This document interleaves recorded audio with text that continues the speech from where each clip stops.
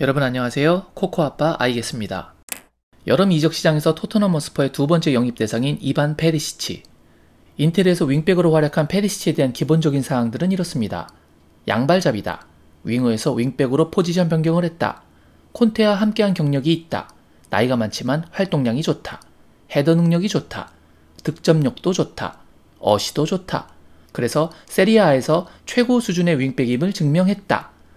지금 말씀드렸던 것들이 현재 이반 페리시치에 대해 일반적으로 알려진 사항입니다.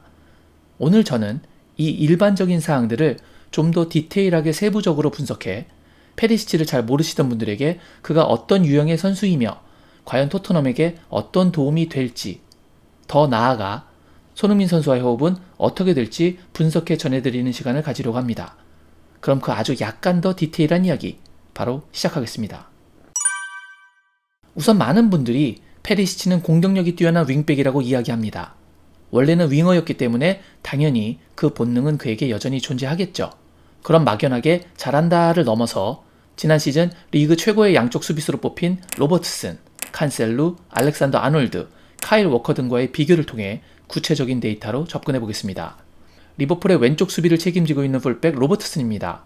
그는 21-22 시즌 총 29경기에 선발 출전해 도합 2710분 동안 18개의 슈팅을 기록했습니다. 그리고 페리시치는 총 35경기에서 2971분 선발 출전해 로버트슨의 2배가 넘는 44개의 슈팅을 기록했습니다. 윙백과 풀백, 그리고 경기수 차이를 고려한다고 하더라도 굉장히 많은 차이입니다. 출전 시간 대비 슈팅 수를 기록해보면 로버트슨은 90분당 평균적으로 0.6개의 슈팅을 시도하는데 페리시치는 90분당 1.33개의 슈팅을 시도했습니다. 리그 최고의 오른쪽 풀백인 알렉산더 아놀드의 90분당 평균 슈팅 기수가 1.5개이기 때문에 페리시치의 이 슈팅 횟수는 매우 높은 수준이라고 볼 수 있습니다. 그러니까 페리시치의 영입은 확실히 토트넘의 공격력을 올려줄 것으로 보입니다. 특히 페리시치는 공격수에서 포지션 변경을 한 선수이기 때문에 다른 측면 수비들보다 결정력이 높습니다. 알렉산더 아놀드는 페리시치보다 더 많은 슈팅을 때렸지만 실제 그의 XG 값은 2.25였고 실제 득점도 그와 비슷한 2골이었습니다. 하지만 페리시치의 XG 값은 4.69였고 그가 골망을 흔든 것은 그것의 2배에 가까운 8골이었습니다. 칸셀로의 XG 값은 4.37, 그러나 실제 득점은 단 1골이었다는 것을 보면 슈팅 대비 효율성은 페리시치가 압도적으로 높은 편입니다. 로버트슨의 시즌 XG 값이 1.71이었는데 실제 득점은 3골이었고 워커의 XG 값은 0.4였으며 그가 한 득점은 없습니다. 이 정도로 페리시치의 공격 가담 능력은 다른 측면 수비들의 능력을 훨씬 웃돌고 있습니다. 물론 이 기록은 프리미어리그 기록이 아니기 때문에 있는 그대로 바라보는 것은 다소 무리가 있습니다. 그렇지만 그럼에도 불구하고 이 정도라면 충분히 유의미한 기록의 차이라고 생각됩니다. 그렇게 페리시치의 가세는 공격력에 있어서 분명 토트넘과 콘테에게 큰 도움이 될 것으로 보입니다. 수비수의 공격 가담 마무리가 슈팅으로 연결된다는 것은 주도권이라는 공격적인 부분과 수비 복귀 시간을 번다는 수비적인 부분에서도 가장 좋은 그림이겠죠. 그럼 우리의 또 다른 혹은 최대 관심사일 수도 있는 손흥민 선수에게는 어떤 효과가 발생할까요? 당연히 공격력 가세에는 긍정적인 영향을 줄 것입니다. 그러나 다소 우려가 되는 부분이 있는 것도 사실입니다. 그것은 앞서 말했던 것과 마찬가지로 페리시치의 많은 슈팅 시도입니다. 기본적으로 역습을 주 공격 패턴으로 이용하는 토트넘은 다른 팀에 비해 슈팅 수가 적을 수밖에 없습니다. 지난 시즌 토트넘의 총 슈팅 수가 491개로 빅6 팀들 중 가장 낮은 6위입니다. 라이벌 아스날이 총 슈팅 589개로 거의 100개 차이를 만들며 4위입니다. 이렇게 슈팅 수가 적은 상황에서 페리시치가 역습의 마무리를 본인의 슈팅으로 가져간다는 것은 안 그래도 슈팅을 많이 자제하는 손흥민에게는 슈팅 개수가 증가하는 것에 아주 약간은 방해 요소가 될 수도 있습니다. 페리시치도 줄 상황에서는 당연히 주지만 때릴 상황이 나오면 본인이 때리는 경우가 다른 측면 선수들에 비해서 상대적으로 많다는 것입니다. 그런 페리시치에게 슛과 패스 중 한 가지를 선택해야 할 결정의 상황이 많이 올까요? 여기 흥미로운 데이터가 하나 있습니다. 지금 보시는 숫자가 뭘까요? 이것들은 바로 지난 시즌 로버트슨과 칸셀로의 옵사이드 횟수입니다. 이들의 전진성은 후방 백업 성향이 더 강했다는 것을 알 수 있습니다. 그럼 페리시치의 옵사이드 횟수는 과연 몇일까요? 그들의 수치를 압도적으로 능가하는 무려 14회입니다.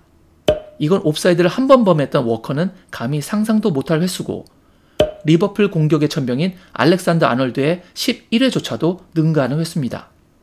심지어 공격수인 손흥민 선수의 옵사이드 횟수가 17번이니 페리시치의 14번은 상당히 많은 횟수입니다. 그러니까 페리시치가 얼마나 많은 전진성을 가지고 역습 공격을 시도한다는 것인지를 알 수 있는 대목이죠. 이렇다면 다른 측면 수비들보다 역습 오픈 찬스에 더 많이 노출될 것이고 그 이야기는 그의 마무리가 패스가 아니라 슈팅으로 종결될 가능성이 조금 더 높을 수도 있다는 말이기도 합니다. 하지만 이 선수는 리그에서 지난 시즌 7개의 어시스트도 있습니다. 그러니까 도움도 분명 해주는 선수라는 것이죠. 그렇다면 우리는 이 선수가 어떤 상황에서는 슈팅을 하고 어떤 상황에서는 어시스트를 하는지 심층 분석을 해볼 필요가 있습니다. 제가 인테르의 경기를 다시 보며 분석한 바에 의하면 페리시치는 페널티 박스 안, 바로 이 지역에서는 주로 본인이 슈팅을 하는 편입니다. 다시 말씀드리지만 무조건 슛을 때린다가 아니라 슛을 때리는 것이 눈에 띄게 많았다는 것입니다.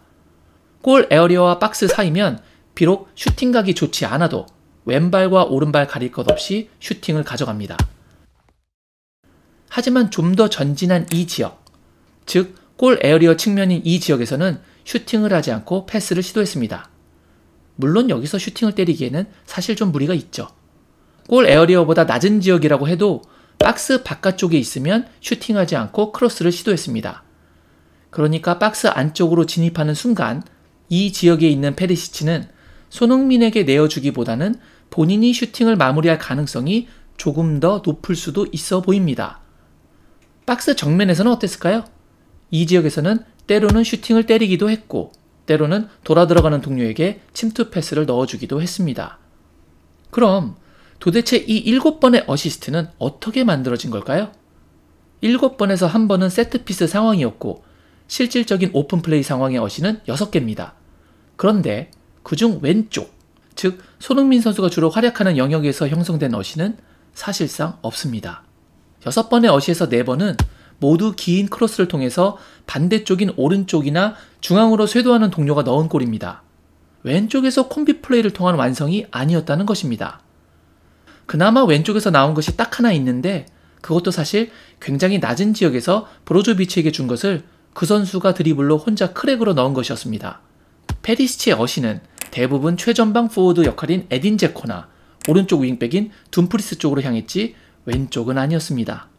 그러니까 페리시치의 토트넘 가세는 분명 토트넘 공격의 다양성과 파괴력을 증가시킬 것이지만 그 직접적인 혜택은 같은 왼쪽 라인에 있는 손흥민보다는 중앙이나 우측이 될 가능성이 더 높을 수도 있습니다. 물론 미시적으로야 그렇습니다만 거시적으로 보면 그로 인해 상대 수비가 붕괴되고 공격 채널이 다양화되면서 종국에는 손흥민 선수에게도 좋은 찬스가 날 것입니다. 저는 페리시치의 영입을 매우 긍정적으로 생각하고 있고 좋은 영입이라고 판단하고 있습니다. 다만 페리시치의 가세가 손흥민에게 직접적인 도움이 많이 발생할 것이라고 전망하기에는 다소 생각해 볼 거리가 분명 존재한다는 것을 누군가는 한번 짚어볼 필요가 있다고 생각했습니다. 그런데 페리시치가 이렇게 공격 성향이 강하다면 또 걱정이 되는 부분이 있습니다.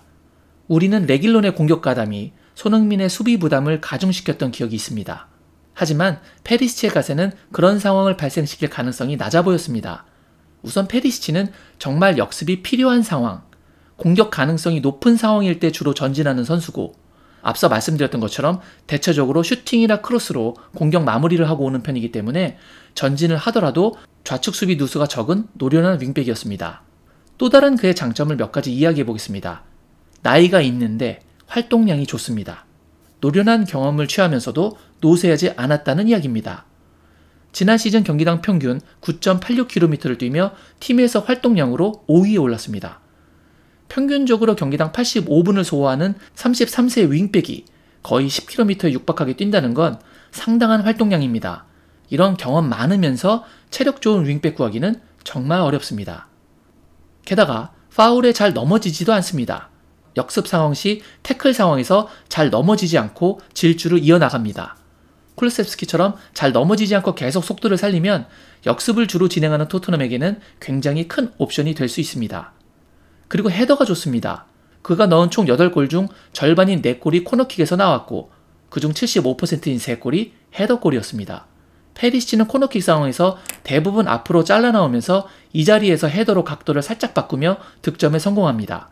제코에게 했던 한 개의 세트피스 어시스트도 이 자리에서 헤더로 공을 돌려놓은 것을 제코가 다시 헤더로 넣은 것입니다. 이렇게 앞에서 잘라먹는 헤더는 주로 루카스 모우라가 많이 시도하는 것이었는데 쿨루세프스키를 쓰면서 앞에서 잘라먹는 헤더 공격 옵션이 생긴다는 점은 손흥민이 코너킥 시에 어시스트를 기록할 가능성이 좀 더 올라간다는 것을 의미하기도 합니다. 마지막으로 세세뇽의 발전입니다. 지난 시즌까지 함께 뛰던 레길론과 세세뇽은 서로가 서로에게 스승이 될 능력치가 되지 못했습니다. 그러나 현재 소문처럼 레길론을 내보내고 세세뇽을 남긴 상태에서 페리시치가 들어오게 되면 세세뇽은 분명 적지 않은 성장을 할 수 있어 보입니다. 지금까지 토트넘으로 이적하게 된 이반 페리시치에 대한 분석을 해봤습니다. 마지막으로 다시 말씀드리자면 저는 페리시치의 영입을 좋게 바라보고 있습니다.